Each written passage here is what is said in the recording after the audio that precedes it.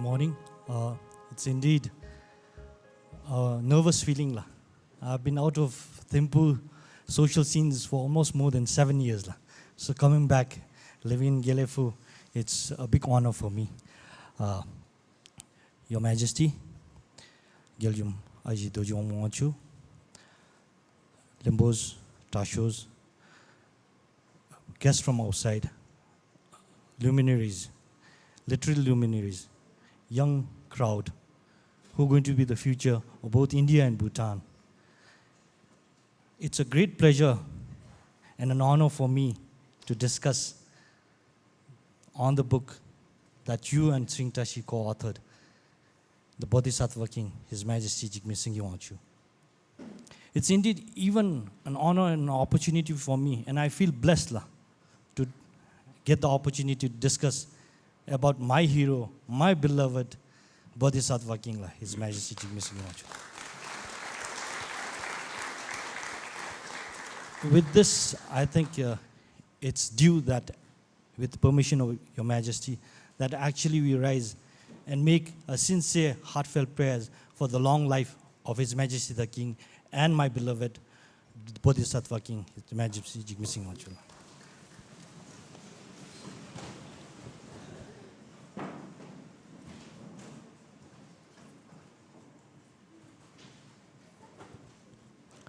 Lasol Kadichel.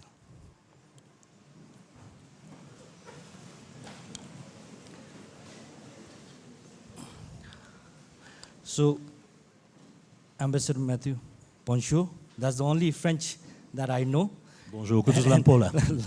And now with this multifaceted experience, a diplomat, also an academia, but you have a strong connection with Bhutan, almost 40 years. I think it would be not wrong to call you a Bhutanese reincarnate in a French body. Now, I'm trying to understand, before we get into the book, understand what is that connection that you have with Bhutan?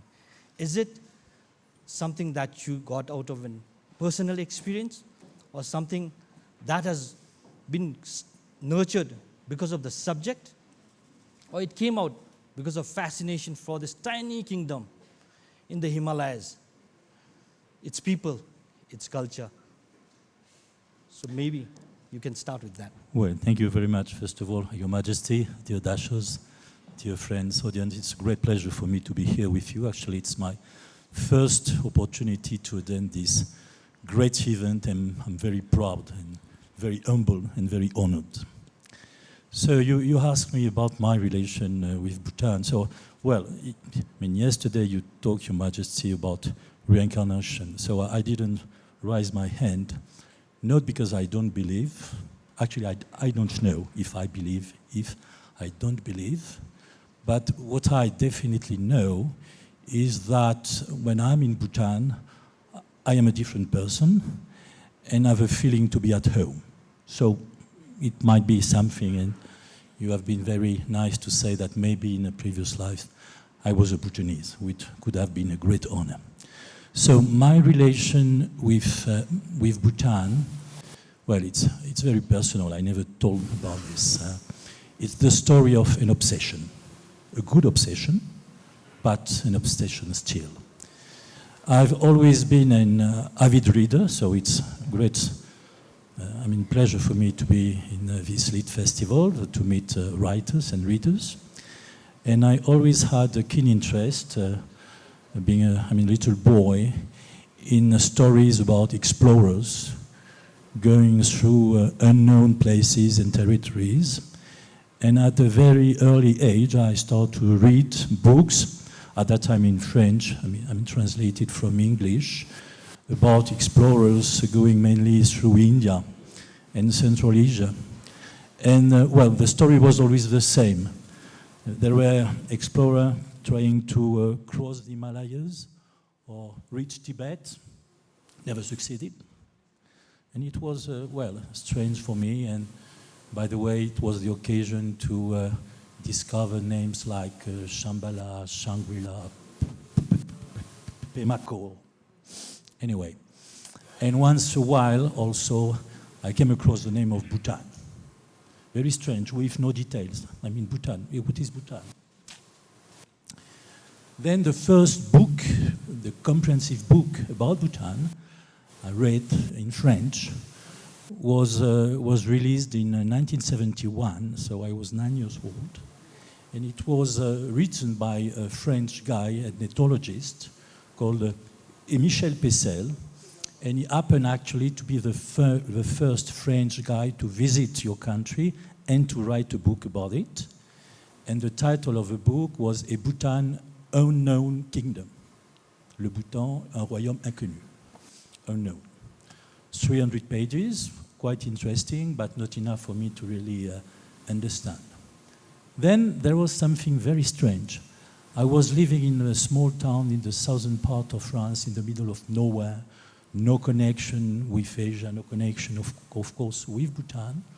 And in this town, I don't know why, there was a library, and in this library, it was, I remember very well, in 1977, I found a booklet, a small brochure, 15 pages, and once again, I don't know how this brochure came in this library, once again in a small town in the middle of nowhere, in the countryside of France.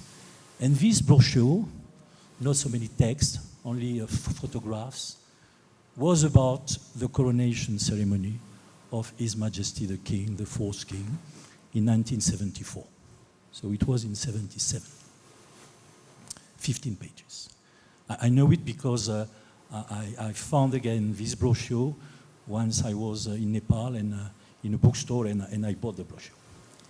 And at the end of this brochure was the list of all the dignitaries, officers from abroad. Actually, there were 17, countries invited to the coronation of His Majesty.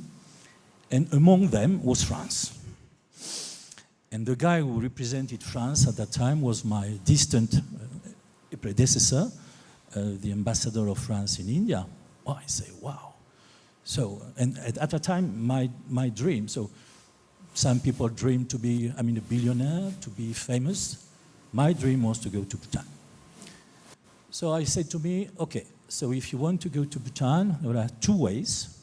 First, to become a scholar, an academic, and second, to become a diplomat. So at that time, I didn't know that, Bhutan, didn't have had any diplomatic relation with Bhutan, but anyway, scholar or a diplomat, two ways. So I decided to go, both ways, and here I am.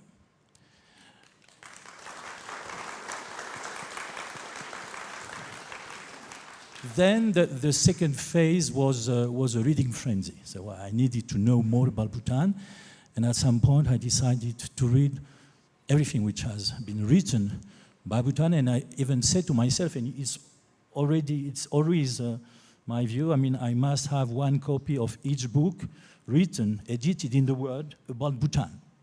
So I think I have a largest library on Bhutan at home, both in India and in France. And when I said it's an obsession, actually it's sometimes irrational because, well, I have books that I can read, in English, in French, in Spanish, in Chinese, but I also have books I can't read.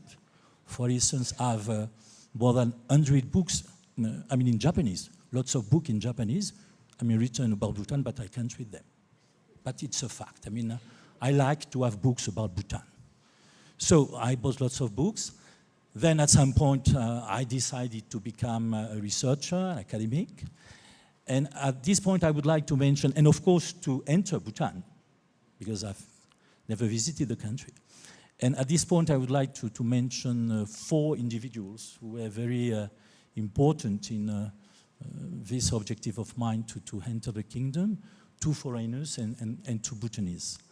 The 2 foreigners, the first one was an American professor, Leo Rose. He was a professor in Berkeley, in San Francisco, in California.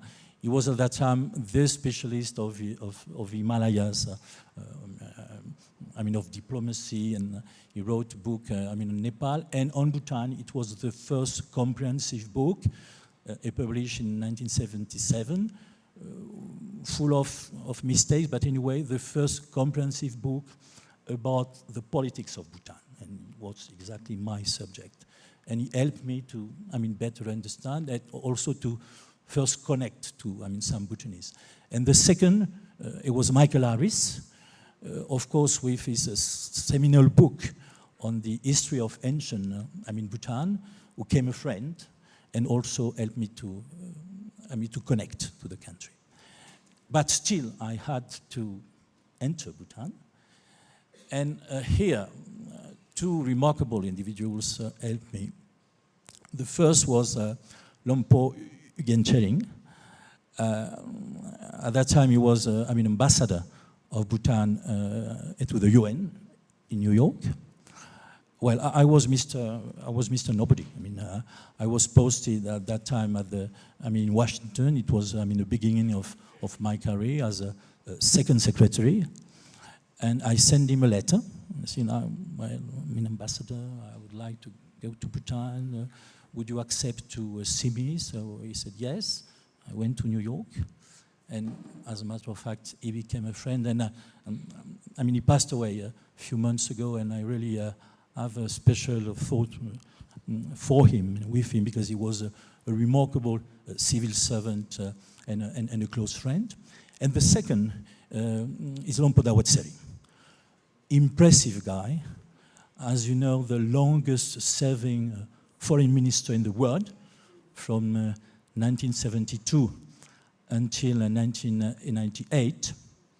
So I think that Lompo Ugenchering informed the foreign minister that there is a small chap, French guy in Washington who would like to go to Bhutan. He has and in mind, he wants to write his PhD. So he asked me to write a 100 pages, document to explain exactly what was my objective.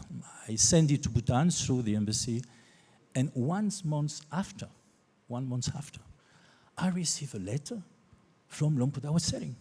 And my wife is here, she still remembers, I still have this letter. Of course, it was in this local Bhutan-made paper with fibers, yes, open it with the seal of the royal government of Bhutan, and it was an invitation for me to go to Bhutan.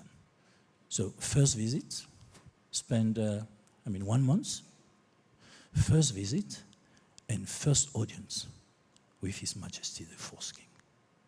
And I can tell you, this was exceptional. I was 26 at that time. His Majesty is 7 years older than I am. Well, very humbly, I felt a special connection, and I was impressed. I will tell you an anecdote. So he knew, of course, I was French. What I've learned with His Majesty, that when you meet with him, of course, he knows everything about you, about your country, about the context, about everything.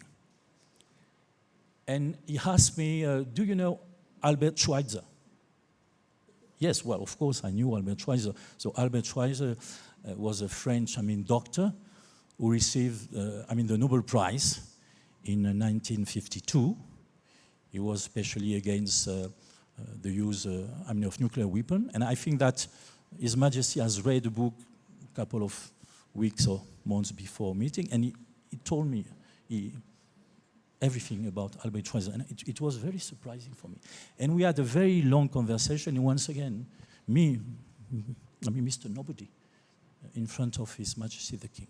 So this is how it started, and here I am, still fascinated by your country, by your system, by the monarchy.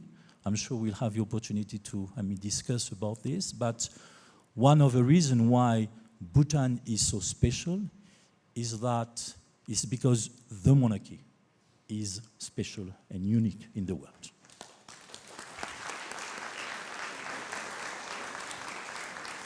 Thank you, Ambassador, for sharing why and how you have connected to Bhutan. And I was just discussing this morning with Pemchor, the Foreign Secretary, and she just said that as a young diplomat, as a young foreign officer, she looked forward to being with you because you were the first Westerner to write about Bhutan's foreign policy. So that gives us such a warm feeling that, we can understand Bhutan foreign policy through you. And she's the first Bhutanese, diplomat who speaks French. Yes. So now we'll get evoke into the book, The Bodhisattva King, which was co-authored by you and Sring Tashi in 2015 to commemorate His Majesty's 60th birth anniversary. And it has wonderful articles, a tribute to His Majesty's legacy by different people. But you are one of the extraordinary who has made that. Now my question is, as a Bhutanese, as a Buddhist, I understand the concept of a Bodhisattva. And I've been fortunate to be blessed to receive His Majesty's love, kindness, and protection. But for a Westerner, it's unique, it's something unknown, the concept of Bodhisattva. So how would you explain it for a Westerner? And why did you choose the title, The Bodhisattva King? well, of course, I'm not Buddhist. I'm not a specialist of, Buddhism, but I learned about, Buddhism. For me, well, as you say in Western term, a Bodhisattva is a remarkable individual who is heading to enlightenment for the benefit of all the sentient beings with some specific qualities: compassion, loving kindness, equanimity, empathy. Well, I have just described His Majesty the Fourth King. When you see some of his decisions, his actions, I'm sure that we'll have opportunity to discuss, but even during critical moment of the history of Bhutan, let's take the example of the crisis of the Lhotshampa.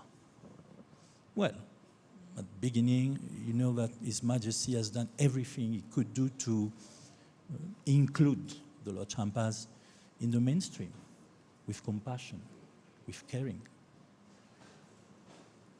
Also, during the crisis, when eventually, for the first time in the history of modern Bhutan, the army of Bhutan had to expel the insurgents, ULFA and the Bodos. What before this, long period of negotiation, of caring, of understanding why those people were there and what to do to try to convince them to leave the country. And a bodhisattva, well, to some extent, is somebody who renounced for himself to the enlightenment, as I said, for the benefits of all the sentient beings.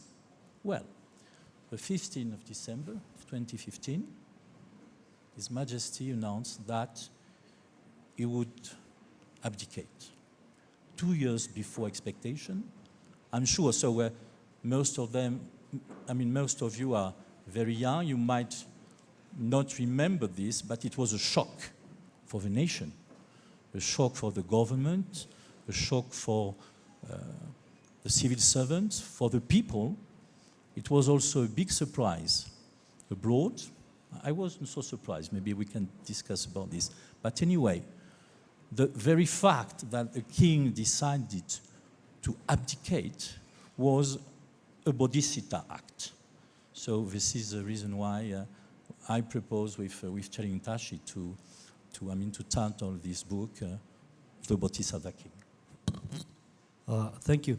I would like to also share an interesting anecdote.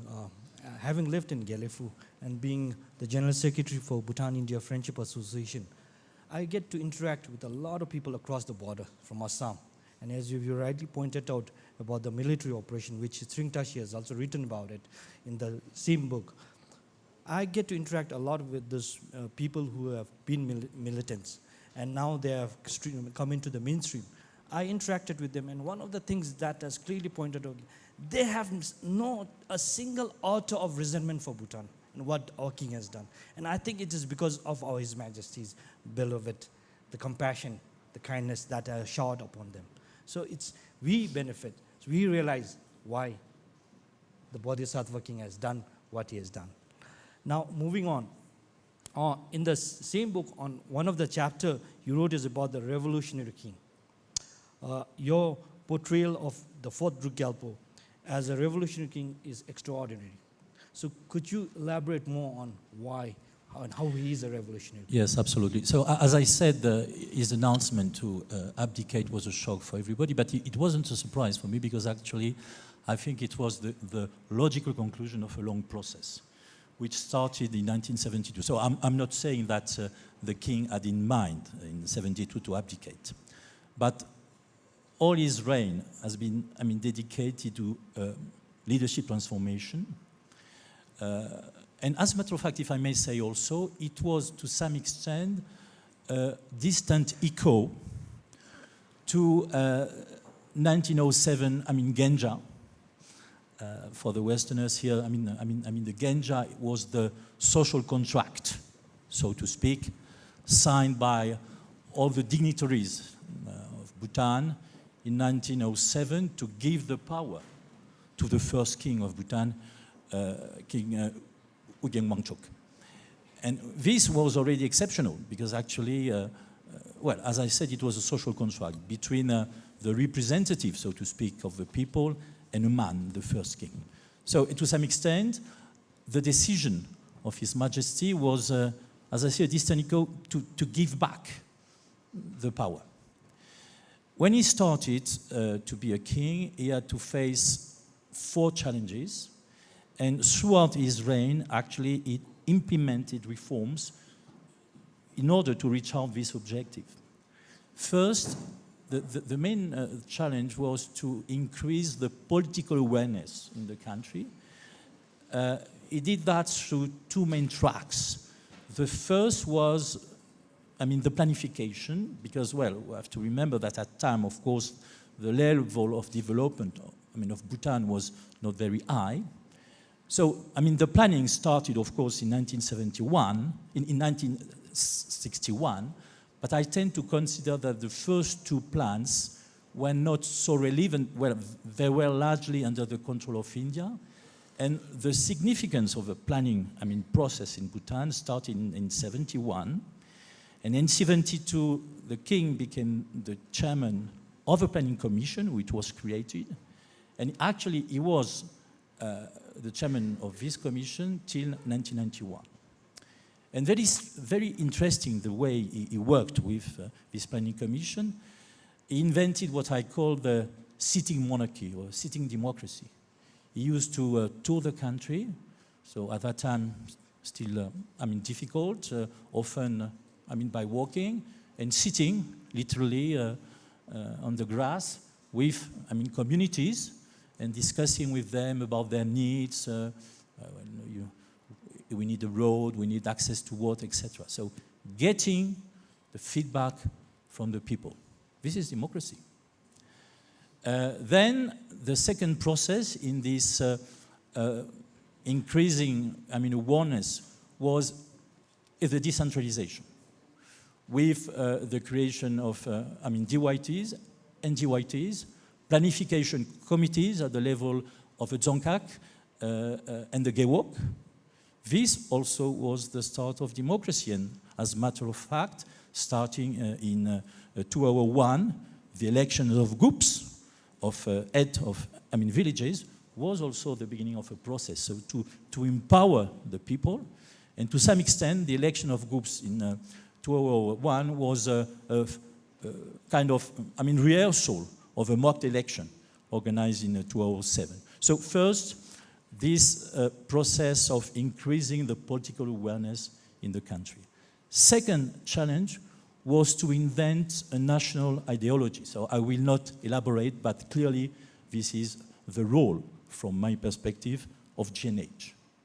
In Bhutan, non-ideology, socialism, or liberalism were, relevant, contrary to India, for instance, where, of course, socialism with a Congress party was something important. So it was needed to create a base of consensus and national ideology, consistent, by the way, with Buddhism, to give some kind of a base to all the process which was underway. Third, a challenge was to increase social immobilization. So this is the story of the development of education system, which led actually to the creation of this university. I mean, you have to realize that this university was created only in 2003. I mean, before that, no university in Bhutan, by His Majesty. Also, the introduction, of the media. So now, internet and social networks are, so popular in Bhutan. But you know, Quensel, national paper, created in 1967. As a national paper, it became independent in 1992. Then the introduction, of TV in 1999. It was a revolution, but it was needed once again to increase the awareness of the people. And then, of course, buildings.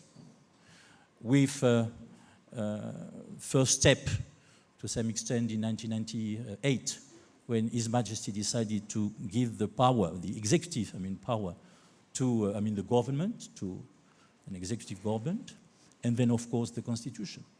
First draft in 2019. And I want to insist on the way this Constitution was, prepared. Of course, there was a committee, 39, members with a Chief Justice, the head, but His Majesty himself, with, at that time, the Crown Prince, once again, went throughout the country, toured the country, seated, monarchy to get the feedback. So, as you see, it was a whole process, very careful plan, step by step, which has always been the approach of His Majesty, and eventually, which led to this spectacular, decision to abdicate. If I may add, of course, His Majesty, it was his own idea. But as I said initially, the monarchy in Bhutan itself is a reformist, monarchy. Well, each king actually brought something new to the country. First king reunified, your country. No, the first unification was under the Shabdung, then happened, feuds between different reincarnations. First king reunified the country. Second king had to face a major challenge, the independence, movement in South Asia, where it could have been very easy for the Union of India to absorb Little Bhutan. And at some point, it was in consideration. So the king had to face this challenge to be sure that, Bhutan would remain an independent country. Third king was the father, of modern Bhutan, with the first reform, institutional reforms, with the launching of a planification, with the end of serfdom, etc. And the fourth king, of course, we just, mentioning. Thank you, Ambassador. Now we'll get into your expertise, your forte, and that's foreign policy. In the same book, you have written an article of His Majesty as an architect of the modern foreign policy for Bhutan. His Majesty's tact, wisdom, astuteness in diplomacy is exemplary. And as a diplomat, a long career in foreign policy, what advice would you give to the contemporary diplomats based on His Majesty's strategies, his vision? Should there be a manual for Bhutanese diplomats so that they can inherit the qualities of His Majesty and interact with the world based on His Majesty's vision? We should write this manual with a foreign secretary. Actually, I would be very happy to do that. Well, Before answering to your question, I would like to give to the audience a very short glimpse of what was the diplomatic situation of Bhutan in 72 and what was it in 2006 when His Majesty decided to leave power. Well, in 1972, so of course, Bhutan was already a member of the UN, but just for 1 year. The regional scene was not very secure, so Bangladesh was just independent. By the way, Bhutan was the second state to recognize Bangladesh. Sikkim was about to be absorbed by India. The border with China, of course, was already sealed, but there was still some pressure from the north with all the refugees coming to Bhutan. And I would say that there was some kind of friendly pressure from the south. What I mean is that the relation with Bhutan with India at that time was exclusive and unbalanced. In and I mean exclusive, Bhutan didn't have any other relation except, Bangladesh with other countries, and for all foreigners who wanted to come to Bhutan, of course, no airlines had to get an inline permit from India. In 2006, Bhutan had 21st, diplomatic, partners, was member of 150 international organizations, was a very active member of the UN, and I wrote a book about this.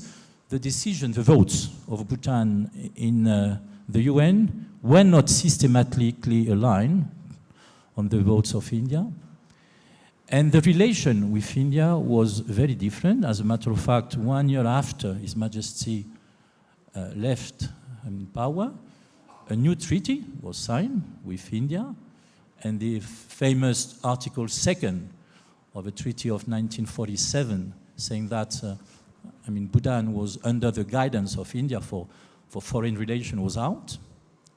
And actually, the relation between India and Bhutan, and Bhutan, came from a dependence to interdependence. I consider that now, Bhutan is as much important for India than India is important for Bhutan. Okay? So the situation was completely different. And the king had this in mind, especially the need of rebalancing the relation of Bhutan with India. And by the way, also the relation with China was quite different. Remember that in 1984, the country started border talks with China, and even in 1998, you had an agreement on the peace on the border. So once again, situation very different. Was the vision of the king with two qualities. First, and it's for our diplomats to learn that, and for maybe the young generation among you who would like to become diplomats. First, never twist reality. No, Bhutan is a small country between two giants. It will still be the case. So you have to admit the reality.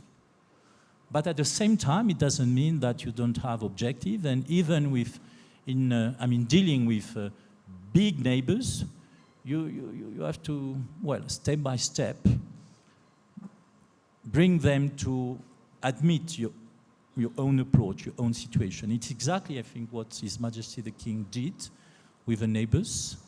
So never twist reality and be very patient, very, resilient, and never provoke. Just, take the time. Thank you, Ambassador. Your Excellency, I think you will not take much time because I would like to open up for questions because I have a lot of questions to ask, but I want to deprive. I can see a lot of faces already excited to ask questions. So I'll open up for question and answers. So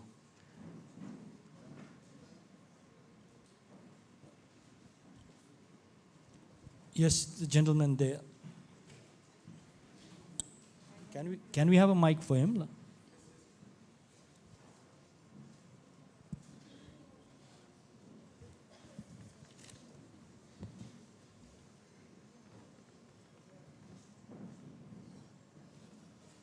Kuzuzangpola.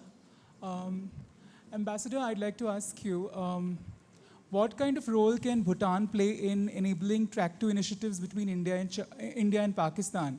A lot of Track 2 initiatives now happen in Nepal or in Sri Lanka, but we don't really see them happening in Bhutan. Do you think Bhutan can play that role? Well, I wouldn't dare, elaborate to what role, Bhutan. I think you should address this question to the Foreign Secretary. The only answer I would give you is from what I know about the history. Bhutan is very pragmatic in its diplomacy, very clever. By the way, we should all learn. When I say we, France maybe. We have to be very pragmatic in our initiatives. And what I learned from Bhutan is that each time Bhutan takes an initiative, a diplomatic relation, it's in it for its immediate interest, and it's because it knows exactly what will be the impact, the result. Something which has, a consequence of France. You know that in '62, when the border was sealed with China, Bhutan took the decision not to have diplomatic relation with any of a member of a P5, so-called, P5. Not because, Bhutan didn't think that France or the US, I don't know, were, bad countries. But because Bhutan didn't see any kind of interest to be involved in this with these countries at that time, because, well, Bhutan didn't want it to be entangled in world politics. I tend to consider that it's the same for regional politics. So this would be my answer to your question. Yeah, the lady there, the young lady there.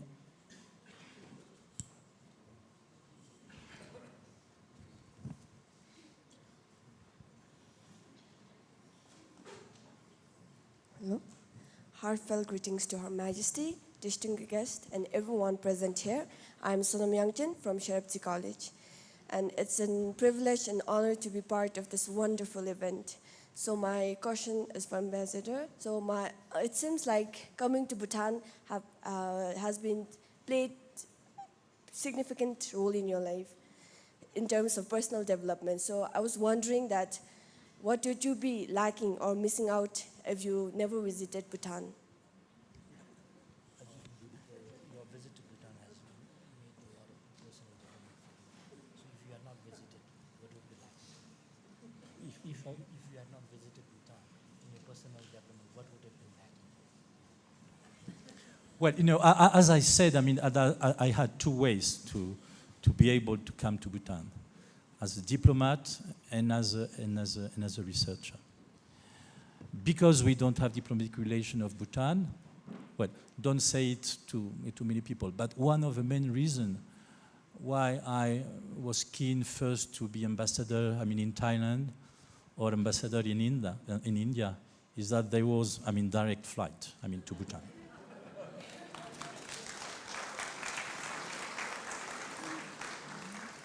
Even if I'm very proud, by the way, to be ambassador of France in India, of course. No, but if I haven't been, a diplomat, I think that I would have been, a scholar, and I would find my way to come to Bhutan to work and study. I don't want to put you on a spotlight, but I heard stories that you even took a demotion to be close to Bhutan. Yes.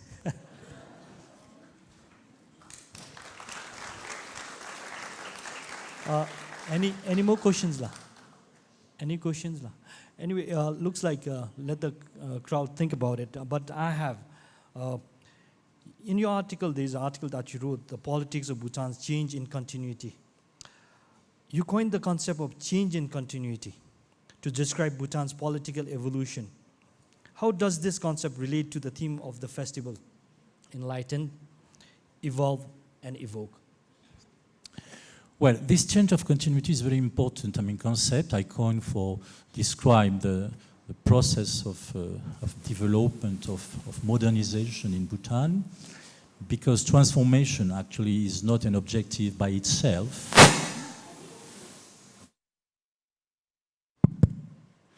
Well, it's not an objective by itself. What was most important, of course, for the monarchy and for the king was to preserve the identity, the culture of Bhutan. And why, actually? Because, once again, being such a small country sandwiched between two giants, it's because you have this unique culture that you are still independent. Ask yourself a bit, our country, which was initially, created, so to speak, spiritually and culturally from Tibet, succeed to remain independent. I often read in the Western, literature that Bhutan is a little Tibet. No, Bhutan is not a little Tibet. Bhutan is Bhutan. You might have a strong connection with Tibet, but Bhutan is different. Second, how do you explain that such a small country succeeded to be independent throughout, all the British Raj? Exceptional. Never been part of a colonial, empire. I asked to the audience, do you know why? Have you asked yourself why your country was still independent? It could have been easy for the British to try to grasp India. So I think there were two reasons. First, because obviously it would have been very difficult for the British to keep control on Bhutan because of the geography. They would have to, to maintain lots of army. And the second is that they needed, Bhutan to be a bridge, to Tibet. Third, how come this tiny country is still independent between China and India? Well, only one answer. Its culture, its identity. So this is the reason why this process of modernization is not only about change, but also on continuity, change in continuity. So when we talk about all the themes, evoke, we have to evoke the past, the history, the story, the history of the monarchy. As I said, all the monarchs have been involved in this process of transformation, of leadership, transformation. The second word of evolve, so is transformation, is modernization, and enlighten. So I think we just talk about, the reign of His Majesty the Fourth Gyalpo. So it's an enlightening, reign. Thank you. All good things have to come to an end. So even our session, I've been informed that has come to an end because we have limited time. With this, I would like to thank you, Ambassador Thierry Mathou, for your excellent book, firstly with Sring Tashi, and at the same time, for your love for our country. I would love you to actually groom more Bhutanese so that we can understand our foreign policy well and then actually love our country better.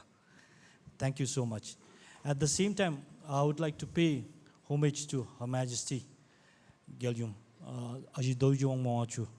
I remember in 2010, when the mountain eco started, most of the attendees were officials. I was one of that. Back then I was working for the government. I was one of the backbenchers there because a lot of senior officials were in the front. And always intrigued me how this was going to transform the literary festival. Then I saw gradually the number of Bhutanese authors were increasing. And not just the authors, but younger authors. That shows the sign that it has taken roots. And as His Majesty yesterday pointed out, that Bhutan Eco should go to the world. And I know that, I have faith that our young audience will take it forward. Thank you, Your Majesty.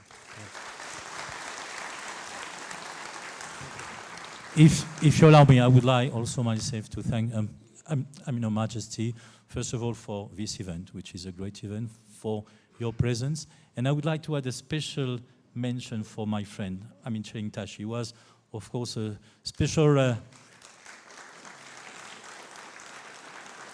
responsibility in the festival. We co-authored the book, and I must say that about him, he has one idea each minute. It's very difficult to cope, but I'm very happy to work with him on a regular basis. Thank you very much, Cheng. So, just before we go, walk out, next year we will be celebrating the 70th birth anniversary of His Majesty, the Fodru Galpo. We have to think about a new idea. Yes, thank you so much. Yes.